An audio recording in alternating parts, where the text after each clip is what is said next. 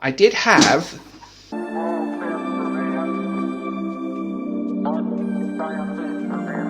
Hello and welcome back to the Bored Book Geek. My name is William James.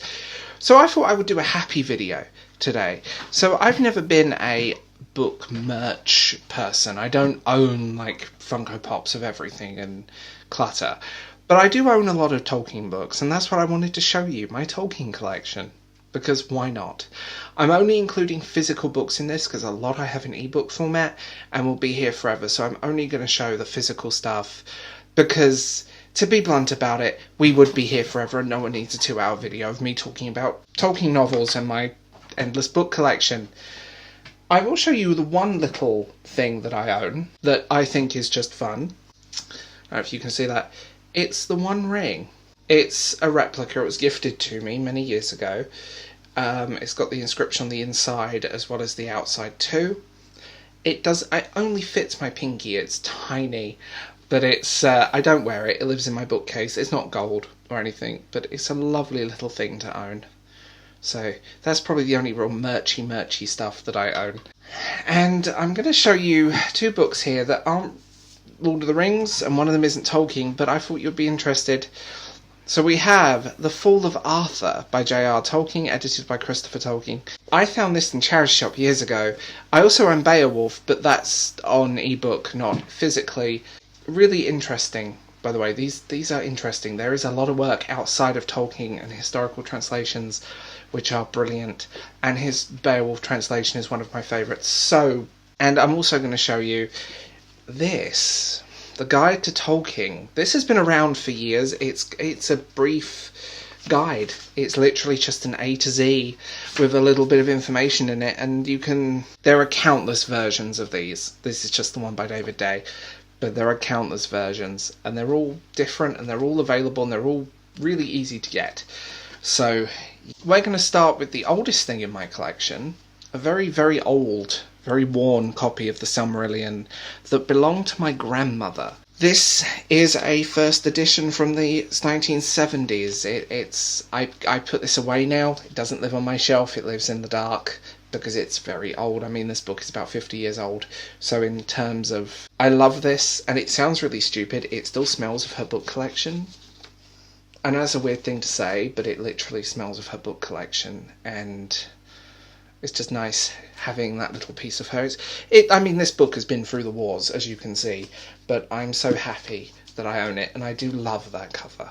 A side note, I absolutely do love these 70s fantasy covers, because they're just stunning. And now we're going to go into my collection. This is an illustrated version of The Hobbit. Now, I've owned a few versions, but this is probably my favourite over the years. This was bought for me by my mother. And again, I don't tend to read this copy as much because I have multiple copies. But it's a really nice edition of The Hobbit and really does flesh out with the drawings and the illustrations and the art. It's quite pretty. It makes the book look far bulkier and bigger than the book, longer than the book actually is, which I find quite hilarious. And in the same vein, not illustrated, but I do own this. Now, I've owned 2 copies of this in my life. This is my second copy. It's a paperback of all the Lord of the Rings trilogy. The first copy, this was basically the first copy of a complete trilogy I owned in one volume. I did have the tie-ins that were done for the Peter Jackson movies that my mum bought me on when I was a teenager on like a book club thing. You got like a thing in the mail and you could fill out and get books. Then they basically fell apart because I read them many, many times, and she bought me this. And this fell apart, and a few years ago, if you follow me, I found this in a charity shop with a little note in it. I wonder who that was. Do you ever just find things in old books? I like having a paperback copy, a reference copy, effectively. These are horrible. The spines on these are bad. But I do love that cover with Gandalf. I think that's a beautiful cover. So yes, we're now into slightly more modern. I won't bring these out, but I own maps.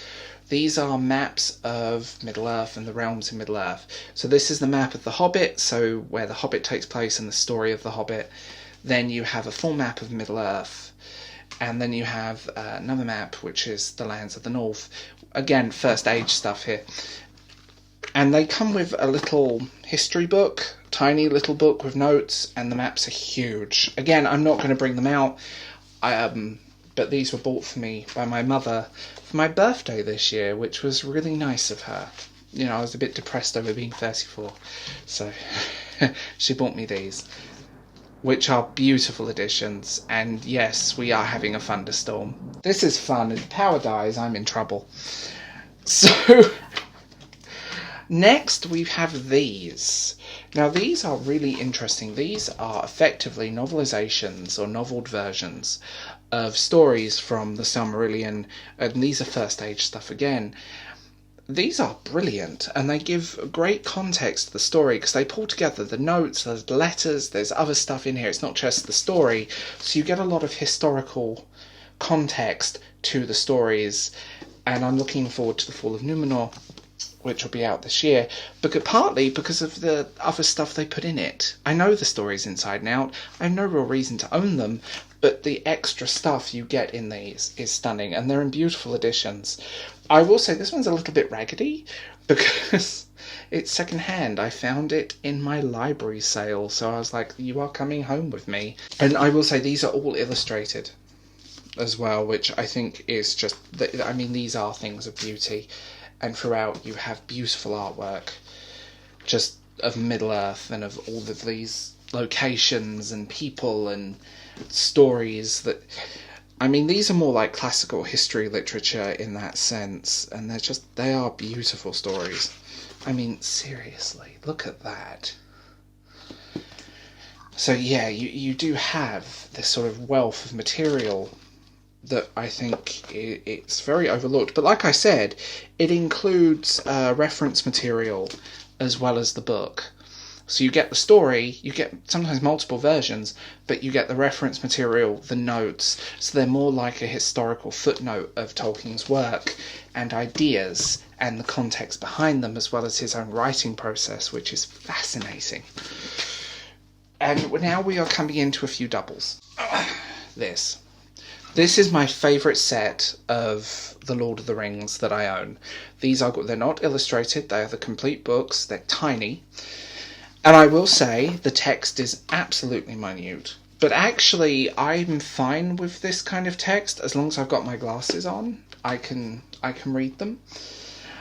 Because I can't read without glasses anyway. And I wear lenses most of the time as well, so this is fine. But these are really nice little editions, and it's nice having a compact edition of The Lord of the Rings, because these are big tones, and I want to say the designer of these did them beautifully.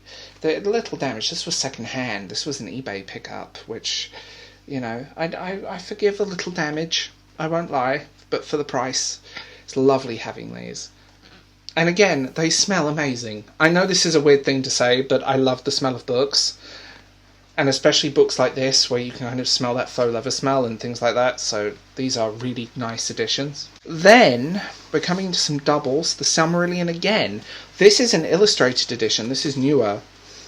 These also have the plates in these are just beautiful. And I mean that. Like, they really do add context. I know people find the Silmarillion hard to read, but what I say to people that find it hard to read is, remember, you're not reading narrative fiction, you're reading lots of little stories. You can actually read the Silmarillion in any order you want, just pick one and read it.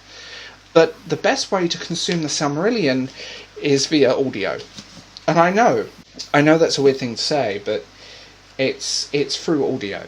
I love listening to the Silmarillion. It reads really well when being read to. So yes. And the Unfinished Tales, I should say. Now this is a little bit of dust on it because it's been on my desk. The Unfinished Tales, this is also illustrated, and this is his unfinished works, which again would be quite useful in creating a prequel to The Lord of the Rings. But these are unfinished stories, tales, a little bit of narrative fiction, different short stories across, alternative stories. And again, it gives you an insight into his writing style. This also includes a lot of notes and contextual stuff, especially at the back of the book, alongside the index, and they have their own little mini appendices, which really do help in terms of just understanding them. So yeah, that is my Lord of the Rings collection. Again, like I said, I own a lot that's not in physical form. It's an ebook, and I'd like to show you those, but we'd be here for several hours. And my collection is slowly growing because I want to buy these as physical books over time. The downside, some of these are reasonably expensive, but you can get cheaper versions of them. So it was really nice showing you these, and I hope you guys enjoyed it. See, I can make positive, happy videos. Anyway, thank you, and I will talk to you guys later.